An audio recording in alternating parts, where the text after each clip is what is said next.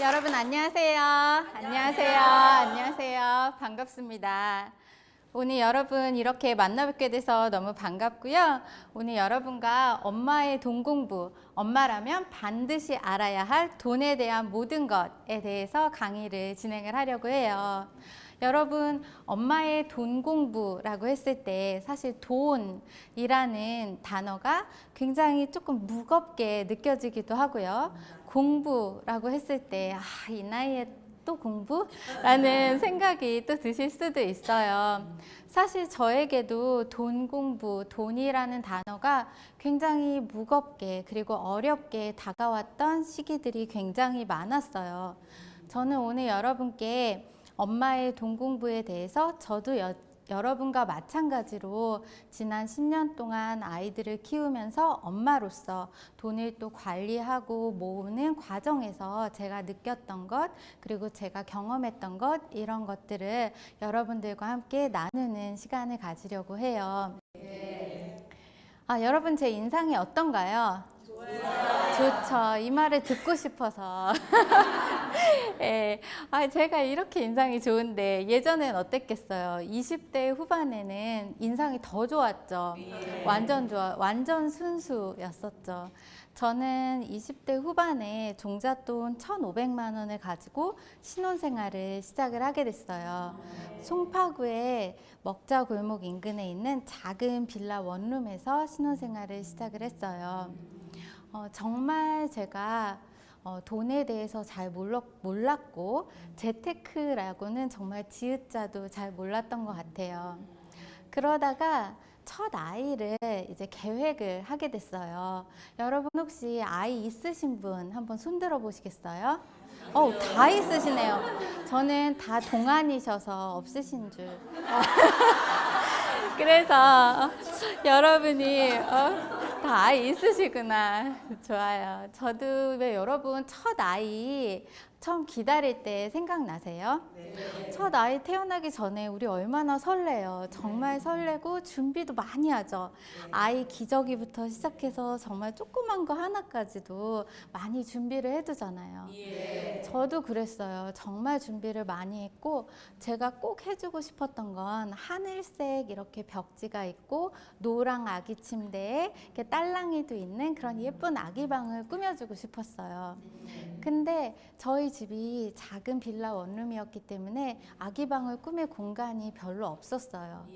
그때부터 제가 나도 우리 아이한테 정말 아기가 잘 놀 수 있는 그런 예쁜 아기방 꾸며주고 싶다라는 생각을 하게 됐어요.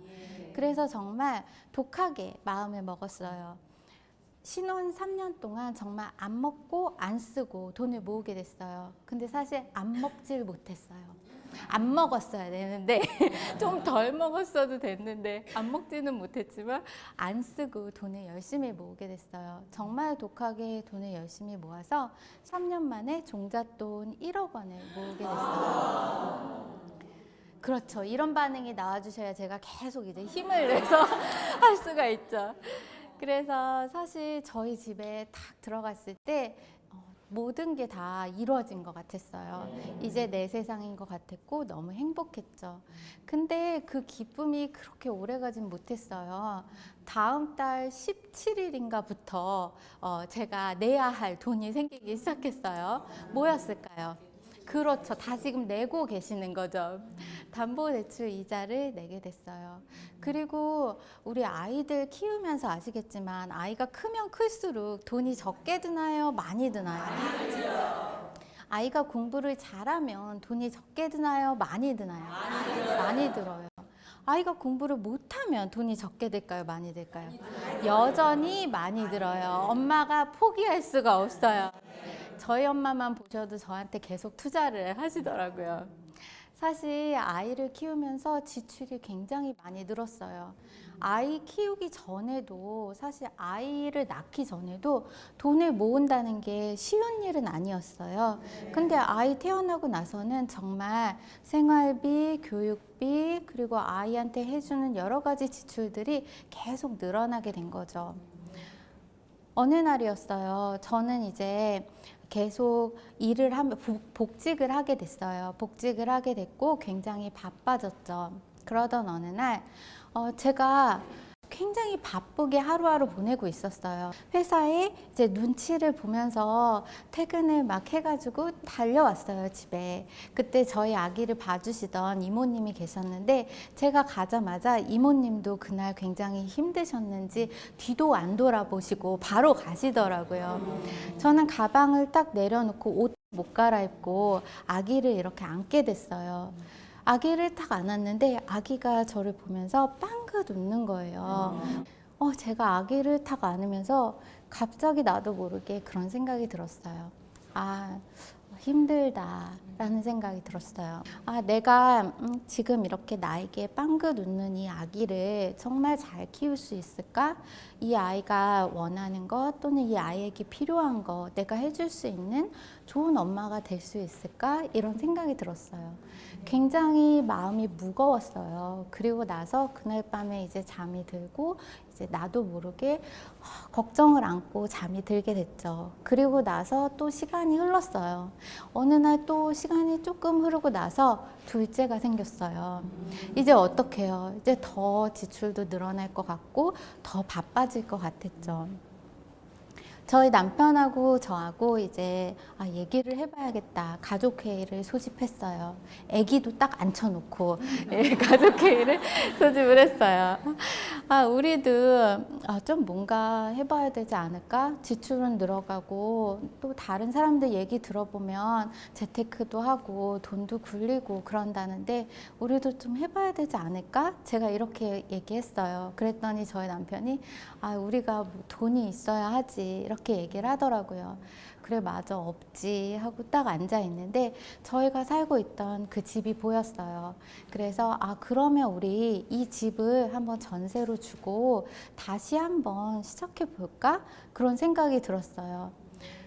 아기야 넌 어떻게 생각하니? 그때 아기가 끄덕끄덕 침대에서 끄덕끄덕 하는 것 같았어요. 그래 엄마 할 수 있어. 마치 그런 눈빛을 보내더라고요. 그래서 저희가 살고 있던 아파트는 전세를 주고 이번엔 빌라로 이사를 갔는데 정말 이번에는 종잣돈을 많이 마련을 하고 싶어서 옥탑방으로 이사를 가게 됐어요. 그리고 독학에 돈 공부를 시작을 하게 됐죠. 사실 옥탑방으로 이사를 가게 되면서 굉장히 마음은 강하게 먹었어요. 나도 잘할 수 있을 것 같았죠. 근데 막상 이사를 하고 나서는 다시 또 잠이 안 오는 거예요. 내가 왜 이런 결정을 했을까? 그냥 거기 있을 걸. 이러다가 나 다시 우리 집으로 못 들어가면 어떡하지? 이런 걱정이 가장 많이 됐어요. 그리고 그런 두려움이 가장 컸고 빌라 꼭대기층이라 그런지 굉장히 더웠어요. 왜 올해 여름 너무 덥죠. 그해 여름도 너무너무 더웠어요. 정말 더운데 밤이 되면은 에어컨을 키면 전기세가 너무 많이 나오니까 창문을 막 다 열어놓고 선풍기 켜놓고 이렇게 자는데 빌라라 그런지 집이 다닥다닥 이렇게 붙어 있었어요. 바로 옆집이 그냥 바로 앞에 이렇게 보였어요. 창문을 열면. 옆집에서 밤 되면 막 싸우는 소리, 부부싸움 하는 소리도 막 들리면 선풍기 돌아가는 소리, 부부싸움 소리, 그리고 이 더위, 거기다 나의 앞날에 대한 두려움 때문에 잠을 잘 못 잤어요. 그리고 또 여러분 지난해 겨울 굉장히 추웠죠. 그해 겨울은 더 추웠어요. 마음이 예, 마음이 사실 정말 외풍도 너무 심했고 바람도 너무 심했고 너무 추웠는데 또 보일러가 동파될까봐 매일매일 걱정이 되게 컸어요. 그러던 어느 날 둘째 아기를 이제 목욕을 시키려고 하는데 보일러가 안 되는 거예요. 그래서 봤더니 보일러가 작동이 안 돼요. 주인한테 얼른 얘기를 해야겠다 해서 주인집으로 이렇게 뛰어 내려갔어요. 뛰어 내려갔는데 주인이 안 계시는 거예요. 그래서 당장 아기는 씻겨야겠고 일단 따뜻한 물이 없으니까 뜨거운 물을 끓여야겠다 해서 주전자에 이제 물을 끓이기 시작했어요. 뜨거운 물을 이제 그 작은 부엌에서, 부엌이 정말 좁았거든요. 딱 냉장고 놓고 정말 한 이 정도 공간밖에 별로 없었어요. 거기서 뜨거운 물을 이렇게 끓이려고 물을 데우고 있는데 갑자기 되게 서러운 생각이 드는 거예요. 왜 사람이 마음이 좀 울적하면 굉장히 작은 일도 너무나 크게 느껴지잖아요. 사실 그 뜨거운 물 데우는 게 그렇게 뭐 아주 서러워할 일도 아니었지만, 보일러는 고장나고 나는 이 조그만 집에 있고, 물까지 안 되고 뜨거운 물도 없고, 이러니까 굉장히 마음이 다 가라앉는 거예요. 그렇게 하고 그날 밤에도 또 잠이 안 오기 시작했어요. 그날 밤에 가만히 누워 있는데 굉장히 이런 생각이 들었어요. 나 이러다가 좀 가난해서 벗어나기 힘들 것 같아. 내가 어느 세월에 다시 경제적인 능력을 가지고 또 경제적 자유를 얻을 수 있을까? 이런 생각이 들었어요.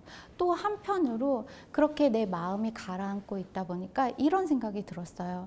내가 여기까지 오기로 결정까지 했는데 왜 나 이러고 있는 거지? 힘을 내야 되지 않을까? 라는 생각이 들었어요. 그러면서 그때 커피를 한 잔 딱 마시고 책상에 딱 앉았어요. 책상에 딱 앉아서 적기 시작했어요. 내가 이곳에 이사 오기로 한 이유가 무엇이었을까? 그리고 나는 왜 이렇게 경제적인 자립을 하기 위해서, 경제적 안정을 추구하기 위해서 노력을 해야 하나? 나만의 이유를 적어보기 시작했어요. 저에게는 여러 가지 이유가 있었는데 가장 첫 번째 이유는 나를 잃고 싶지 않아서였어요. 내가 인생을 살아가면서 정말 느낄 수 있는 즐거움과 또 기쁨, 행복감 이런 걸 잃어가고 있는 나 자신이 안타까운 마음이 굉장히 많이 들었어요. 나를 잃고 싶지 않아서가 첫 번째였고요. 두 번째는 물론 저를 향해 빵긋 웃는 애기였겠죠. 애기한테 정말 비싼 장난감, 옷 이런 거는 못 해줘도 아이가 어느 분야에 잠재력을 보일 때에는 내가 과감하게 투자도 해주고 뒷바라지도 해줄 수 있는 엄마가 되고 싶었고요. 세 번째는 저희 가족과 또 사이좋게 지내고 싶어서였어요. 돈 문제, 자꾸 이렇게 적자가 나고 그러니까 남편하고 얘기를 할 때도 별로 좋은 대화가 나오지 않는 거예요. 돈 때문에 가족과 싸우고 싶지 않았고요. 네 번째로는 저를 뒷바라지 해주셨던 어머님과 아버님께 정말 노후에 잘해드리고 싶었어요. 저에게는 정말 여러 가지 이유가 있었고 나만의 Y를 적어보면서 다시 한번 힘을 낼 수 있었어요. 저는 오늘 이 강의를 보고 듣고 계시는 여러분께도 분명히 여러분만의 강렬한 이유가 있으시다고 생각을 해요. 저에게도 사실 그때 적었던 그런 나만의 이유들이 제가 10년 동안 앞만 보고 갈 수 있는 그런 힘이 되었어요.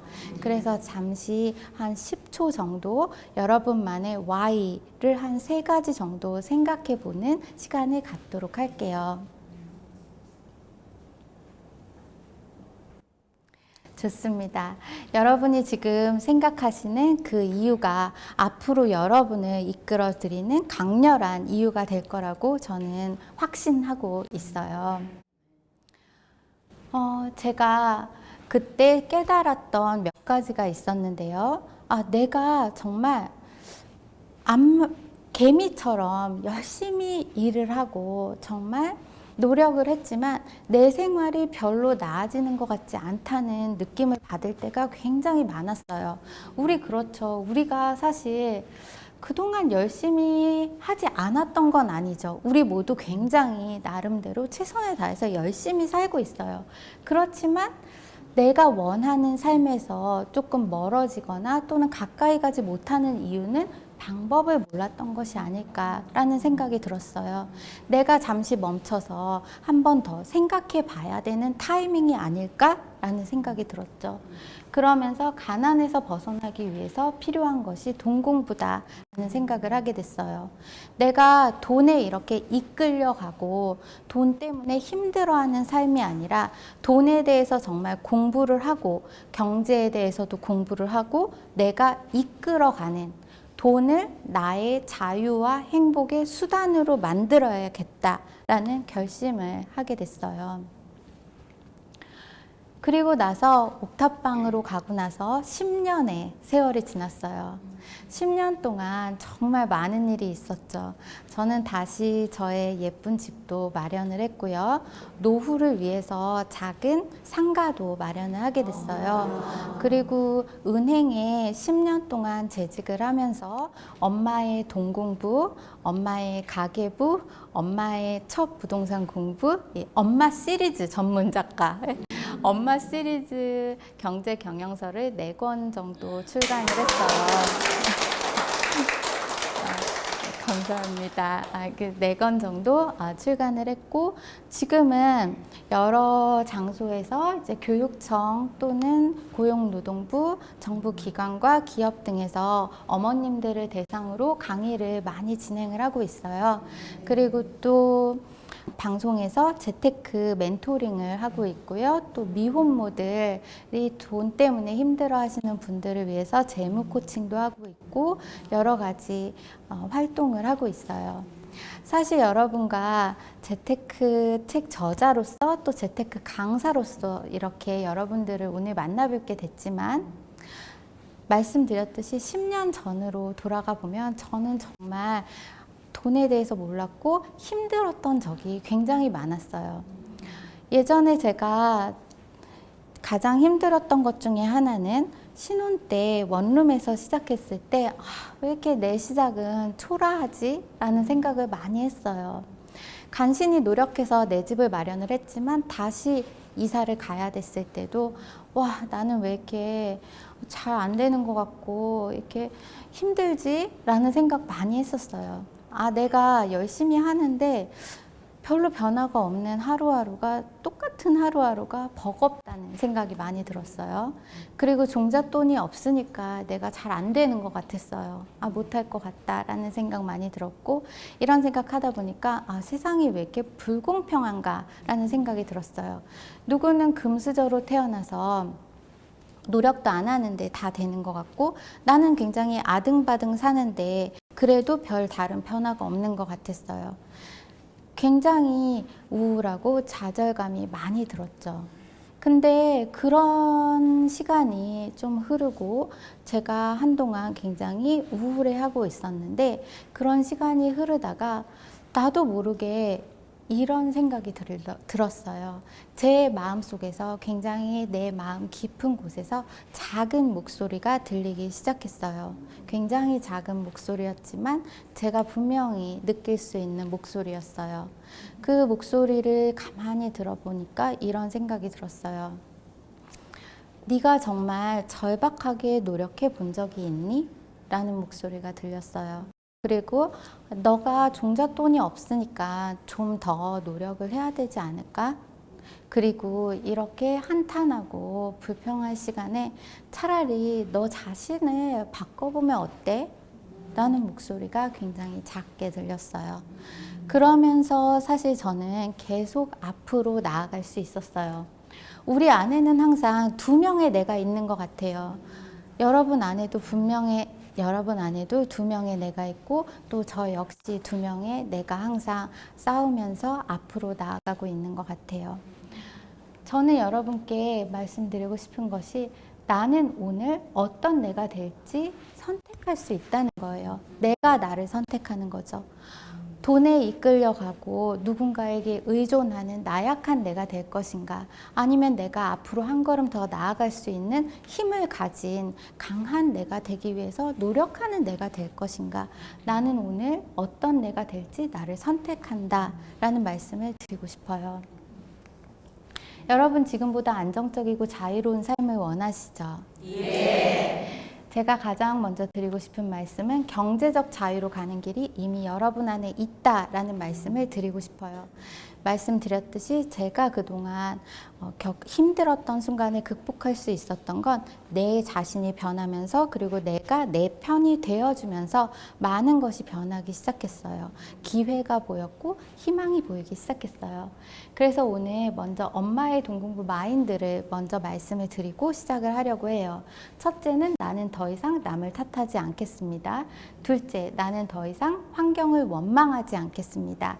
셋째, 나는 절박한 마음으로 노력하겠습니다. 넷째, 나는 나 자신을 끝까지 믿어주겠습니다. 다섯째, 나는 반드시 행동하겠습니다. 예요. 제 친구 중에 제가 잘 아는 친구 중에 강의를 굉장히 좋아하는 친구가 있어요. 그 친구가 강의 굉장히 열심히 들어요. TV 특강도 자주 보는 것 같아요.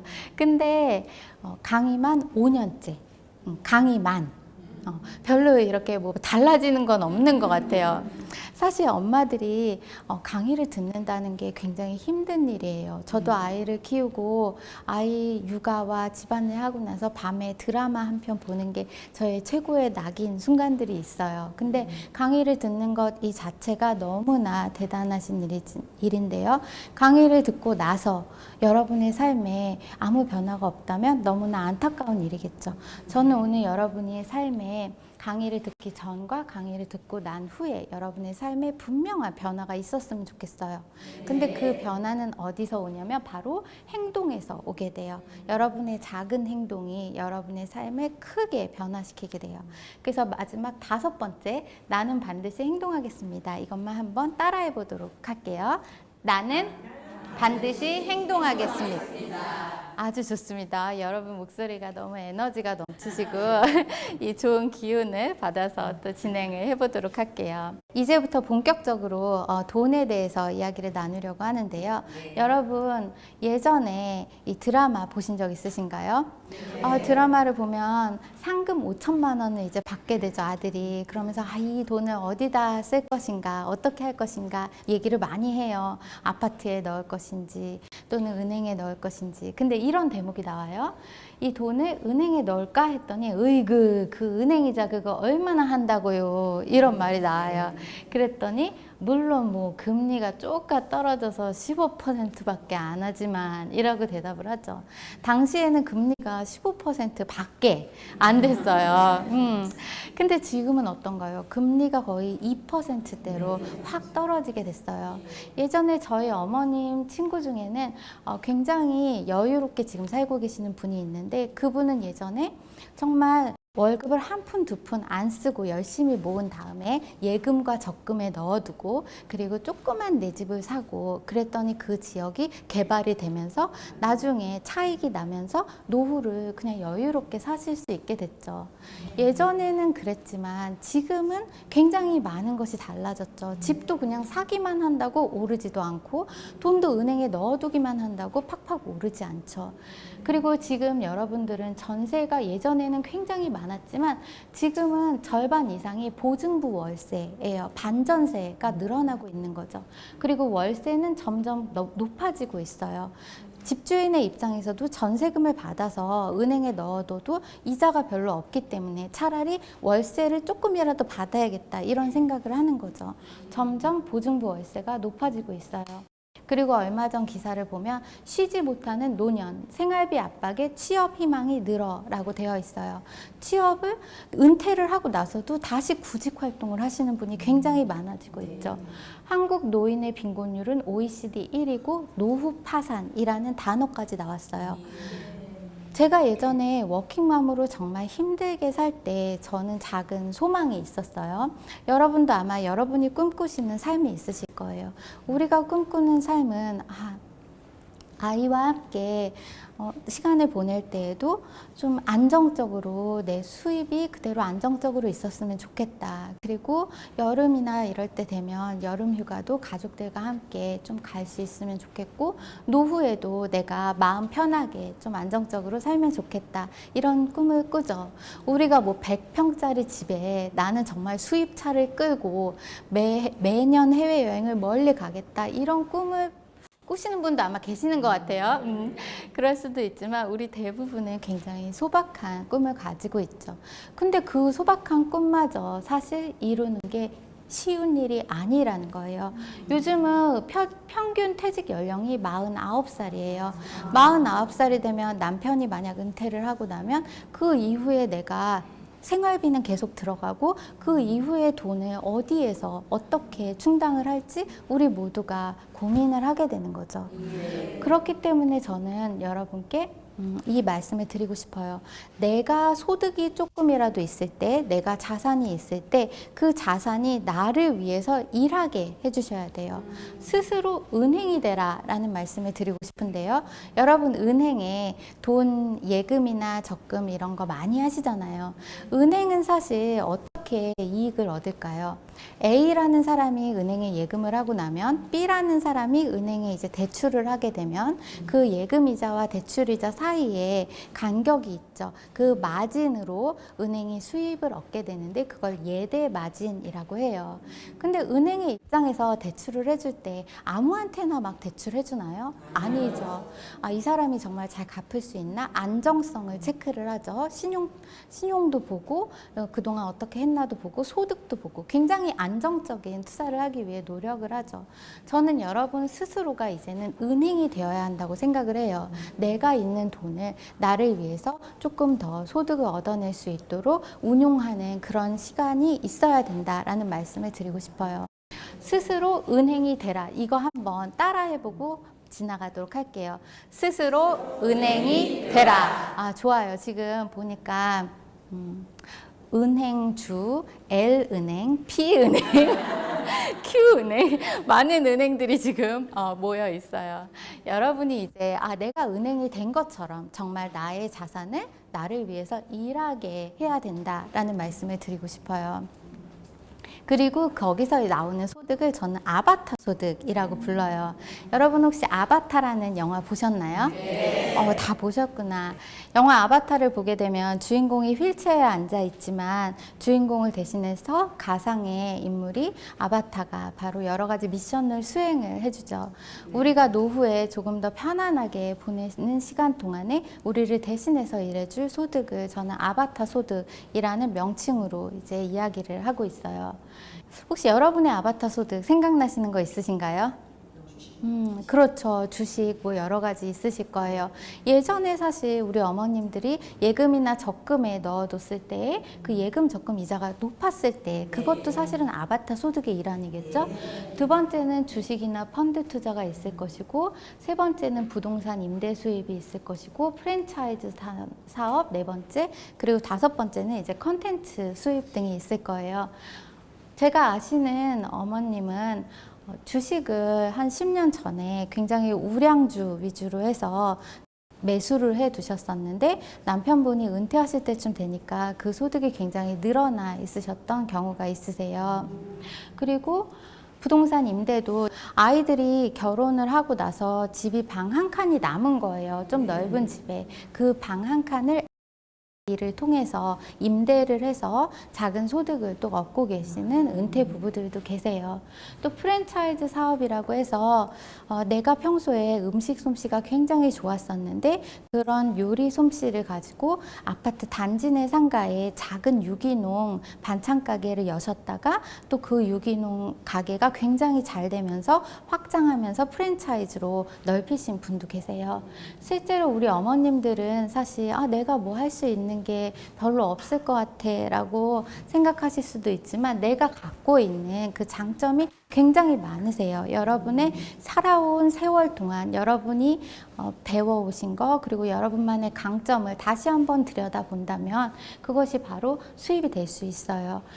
컨텐츠 수입 같은 경우에는 여러분 유튜브 많이 보시나요, 요즘에? 네. 그렇죠. 요즘은 정말 유튜브로 많은 수익을 내고 계시는 분이 계신데 심지어는 연세가 많으신 박막래 할머니도 굉장히 7순이 넘으셨는데도 유튜브 하시면서 수입을 얻기도 하세요. 그래서 내가 가진 강점과 나의 재능을 돈으로 바꾸는 그런 컨텐츠 수입을 얻으실 수도 있다는 거. 그리고 요즘은 정말 100세의 시대거든요. 내가 갖고 있는 작은 재능이라도 계속해서 어떤 식물을 키우듯이 사랑해주고 강점을 알아봐주고 거기에 조금 더 투자를 해준다면 여러분에게는 분명히 그 재능이 돈이 되는 날이 올 것이라고 저는 생각을 해요. 사실 저도 아바타 소득을 굉장히 많이 만들고 싶었겠죠. 굉장히 센 아바타, 힘센 아바타, 강력 아바타를 만들고 싶었죠. 그래서 처음 생각했던 건 주식 투자였어요.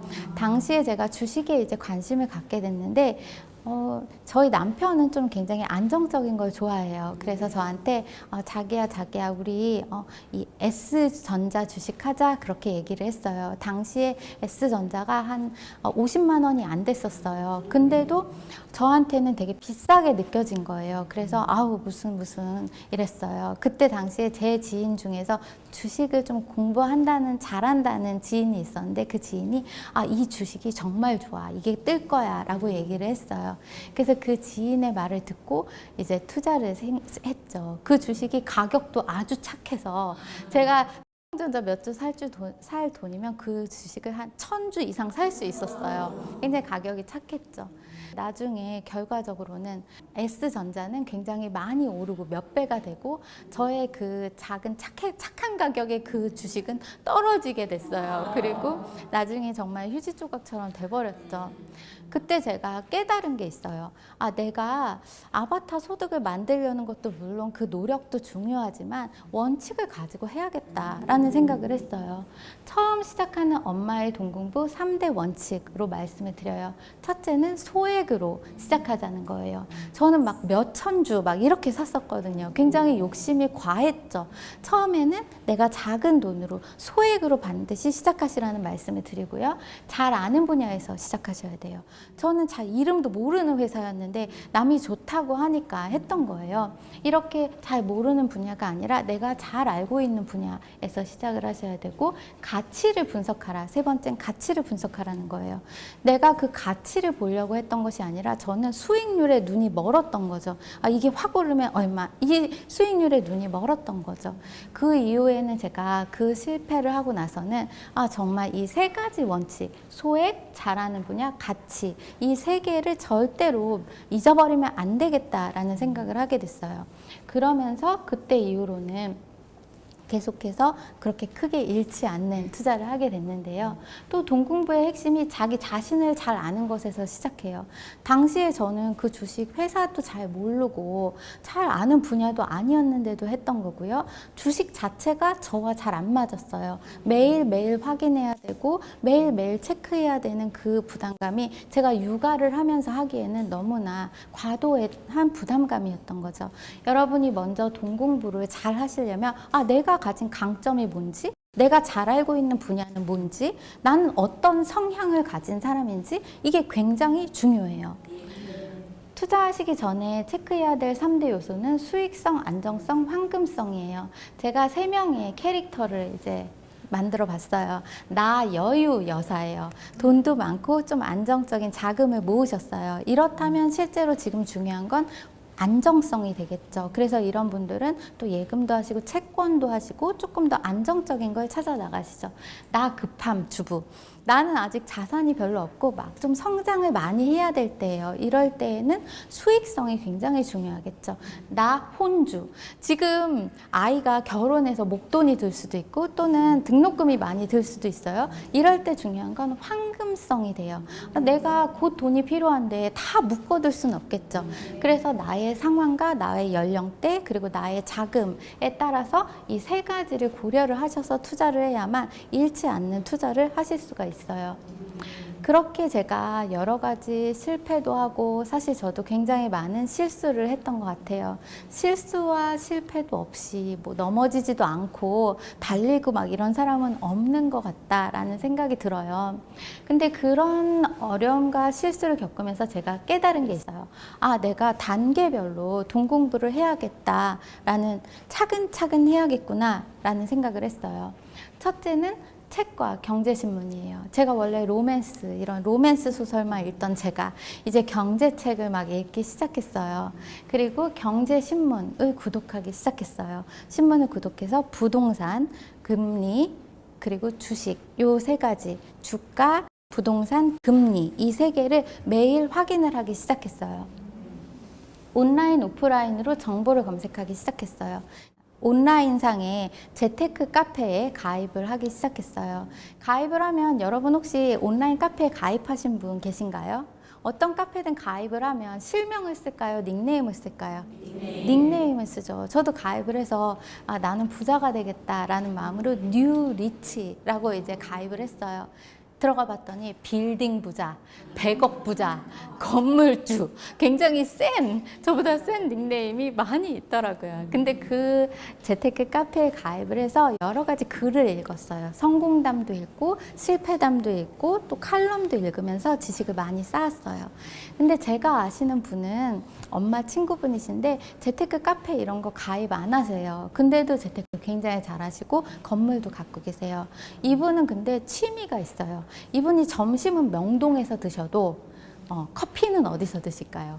부동산에서 커피를 드세요.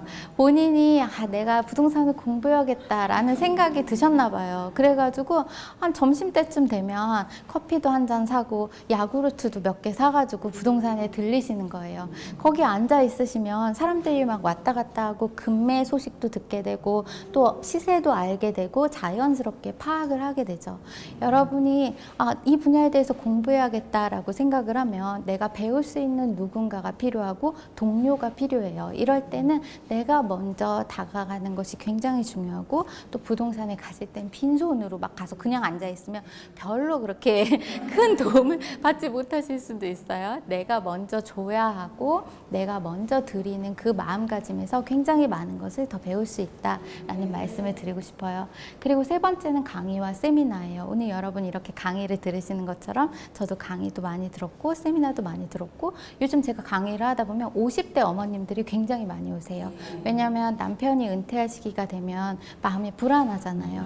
그래서 강의와 세미나, 그 다음에 모의 투자. 우리 보통 수능 같은 경우에는 모의고사를 많이 보잖아요. 근데 투자는 어머님들이 굉장히 느낌이 와서 이렇게 하시는 분들이 많아요. 제가 아는 분은 아파트 분양하는 아파트를 보러 갔는데 막 설명을 듣다 보니까 분양 상가가 굉장히 좋아 보이신 거예요. 그러면서 상가를 계약을 하고 오신 분이 계세요. 나중에 상가의 상권이 안정되기까지 시간이 오래 걸렸거든요. 굉장히 고생 많이 하셨어요. 그래서 모의 투자가 반드시 필요해요. 그리고 나서 실전 투자를 해야만 여러분이 잃지 않는 안정된 투자를 하실 수가 있다라는 말씀을 드려요. 여러분 우리 보면은 예전에 나편한 양이 있었고 나미래 양이 있어요. 나편한 양은 둘이 비슷한 시기에 결혼을 했어요. 근데 이 나편한 양은 처음에 결혼할 때 전세자금 대출을 받아서 24평 새 아파트에 입주를 하게 됐어요. 나미래 양은 그냥 작은 빌라에 시작을 하고 돈을 좀 모으기 시작했어요. 그렇게 해서 4년이 지났는데 나편한 양의 그 집주인이 전세를 한 1억 이상 높여달라고 요구를 했어요. 너무 아깝잖아요. 그리고 그때에는 아기가 2명이 됐어요. 그래가지고 아기가 2명이 돼가지고 좀 넓은 집으로 가야겠다라는 생각을 한 거죠. 그러면서 서울에서는 넓은 집이 없으니까 좀 외곽으로 가서 넓은 집에 새 아파트에 이제 이사를 가게 됐어요. 나 미래 양은 4년 후에 역세권에 좀 작은 아파트 24평 소형으로 해서 역세권에 집을 마련을 하게 됐어요. 그리고 나서 시간이 흘렀는데 가격이 어떻게 됐을까요? 나중에 나 편한 양의 집은 별로 오르지 않았고 나 미래 양의 집은 좀 오르게 됐어요. 우리가 집을 살 때 사실 내 집을 마련한다는 건 너무나 중요한 일이죠. 우리 소원이 뭐예요? 우리의 소원은 그 통인? 우리 내 집? 그렇죠. 우리 모두가 우리 가족하고 정말 편안하게 잘 살다 잘 살 수 있는 내 집 마련이 꿈이잖아요. 근데 이런 내 집 마련을 어디에다 하느냐가 사실은 미래를 좌우할 수 있는 한 가지 요소가 된다는 거예요. 내가 노후가 돼서도 나의 집의 가격이 떨어지지 않고 그대로 유지가 될 수 있는 그런 집을 골라야겠죠. 그래서 그 몇 가지 요소들을 함께 살펴보려고 해요. 첫째는 역세권, 교통이 굉장히 중요하고요. 그 다음엔 대단지, 그 다음에 편의시설, 학군, 조망권 이 5가지를 이야기를 해요. 요즘은 역세권이 사실 지하철이 멀리까지도 뚫려 있기 때문에 특히 중심 지역에서 일자리가 모여 있는 곳에서 가까워야 돼요. 서울을 예로 들자면 강남, 여의도, 시청에서 가까워야겠죠. 그리고 몰세권이라는 말이 있어요. 옆에 이런 몰이 있다던가 또는 마트라던가 편의시설 큰 게 있으면 살기에도 편하고 집값도 안정적으로 유지가 되죠. 세 번째는 학세권이란 말도 또 생겼어요. 옆에 학원이 많다던가 또는 좀 좋은 학교가 있다거나 학군이 괜찮다면 가격이 좀 유지가 되어주죠. 네 번째는 숲세권이에요. 요즘에 미세먼지가 너무 심하기 때문에 집에서 어떤 공원이 보인다던가 좀 공기가 괜찮을 수 있는 지역이라면 사람들이 선호를 하고 있죠. 그래서 이 4가지 너무 주관적인 조건이 아니라 이런 4가지 요소들 꼭 고려를 하셔서 여러분이 집을 고르시면 별로 잃지 않은 투자가 될 수 있다라는 말씀을 드려요. 그래서 실제로 서울의 이 교통망에 대한 계획이 또 있고요. 또 서울 도시 기본 계획이 있고 2030 서울 플랜이 있어요. 이런 부분을 보시고 이런 지역들을 여러분이 공부를 하시다 보면 아, 내가 여기다가 내 집을 마련해야겠구나 이런 감을 얻으실 수가 있죠. 또 하나는 여자의 강점 중에 하나가 리모델링이라고 말씀을 드려요. 왜 제가 집을 보러 갔는데 저희 남편은 집 보러 가서 이렇게 수도를 막 틀어봐요. 수도도 틀어보고 문도 열어보고 그래요. 근데 우리 여자들은 안 그렇죠. 아, 예쁜가 먼저 보죠. 여자의 강점 중에 하나가 바로 예쁘게 꾸밀 수 있는 이런 감각인데요. 주부가 좋아하는 집이 나중에도 금세 매매도 오르고 좀 매매도 잘 되고 거래도 잘 되게 돼 있어요. 그래서 여러분이 갖고 있는 집을 지금 막 다 고쳐져 있고 완벽하고 이런 거는 사실 가격이 비싸죠. 그래서 우리가 원하는 건 지금 좀 리모델링이 필요한 집. 약간 부족함이 있지만 그걸 나의 감각으로 우리 어머님들의 멋진 감각으로 좀 올릴 수 있는 이런 집을 골랐을 때 우리에게 더 큰 이익이 올 수 있다라는 말씀을 또 드리고 싶어요. 여기까지 들으시면 여러분 아마 이 생각하실지도 몰라요. 아, 내가 그래 왜 돈을 모아야 하는가? 돈 공부의 이유도 알겠고 또 아바타 소득에 대해서도 들었고 여러 가지 리모델링에 대해서도 들었지만 종잣돈이 있어야 그런 걸 하지라는 생각할 수도 있어요. 저도 그랬어요. 저도 종잣돈 1,500만 원으로 시작해서 종잣돈이 없던 시기가 너무나 많았기 때문에 내가 종잣돈을 어떻게 하면 좀 빨리 모을 수 있을까? 잘 모을 수 있을까? 너무 많이 고민을 했었어요. 그래서 제가 고민했던 것을 여러분과 좀 함께 나눠보려고 해요. 종잣돈을 모으는 방법 중에 하나는 첫째 지출 통제, 둘째 예산 관리, 셋째 다이아몬드 통장이에요. 지출 통제라고 해서 여러분이 아마 오늘부터 그래 뭐 나는 오늘부터 화장품도 안 사, 옷도 안 사, 밥도 덜 먹을래, 1일 1식을 이제 실천할래 이렇게 하실 수도 있어요. 근데 그렇다고 해도 결과적으로 보면 사실 하나도 못 줄이실 수 있어요. 모두 다 하겠다라는 건 굉장히 큰 야심이죠.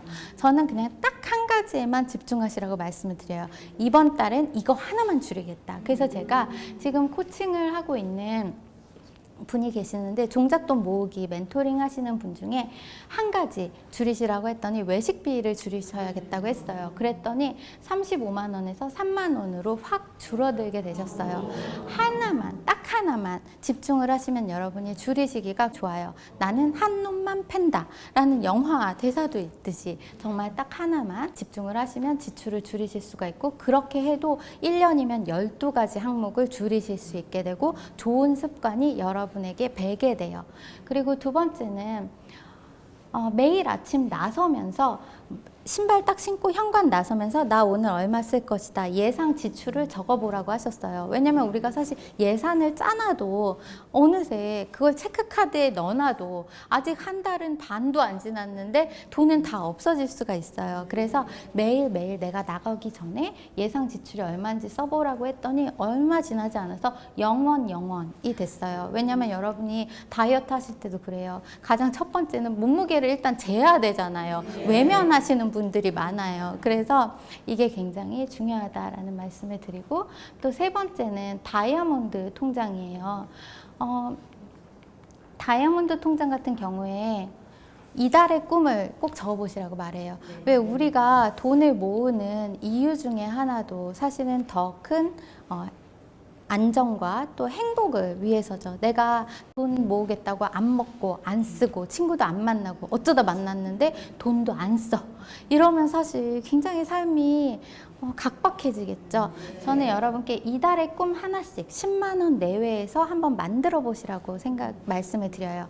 말씀드렸더니 어떤 분은 나는 가족과 휴양림을 가겠다, 또는 나는 한번 발 마사지 한번 받아보고 싶다, 나는 작은 귀걸이 하나 사고 싶다, 이렇게 자신만의 꿈이 있으세요. 이달의 꿈 딱 하나씩 정하면 내가 돈을 모을 때에도 의미가 생겨요. 아, 내가 이걸 위해서 돈을 안 쓰고 대신 요거 꼭 내가 원하던 거 해야겠다 라는 생각이 들죠. 그리고 다이아몬드 통장이라고 해서 나에게 먼저 투자하라 라는 말씀을 드려요. 내가 나 자신에게 투자를 하는데 사실 나에게 투자할 때 어디다 투자해야 되나요? 생각하실 수 있어요. 첫째는 건강, 운동을 작은 거라도 뭐 3만 원짜리라도 요가라도 끊으면서 건강에 유의를 해주시고요. 그 다음엔 독서, 그 다음엔 여행, 이 세 가지를 말씀을 드려요. 인생은 목표를 이루어 나가는 과정이 더 중요하다라고 저는 생각을 해요. 그래서 여러분이 이런 과정을 통해서 정말 진정한 자유와 또 행복을 얻으실 수 있으면 좋겠어요. 그리고 그 중간중간에 사실 슬럼프가 오실 수 있어요. 돈도 모으고 공부도 하다 보면 힘드시잖아요. 그럴 때 여러분을 이끌어 줄 수 있는 것은 바로 나만의 목표를 적는 것이에요. 종잣돈 모으기, 내 집 마련, 아바타 소득, 이렇게 여러분만의 목표를 적으시면 여러분이 앞으로 꾸준하게 나아가실 수가 있어요.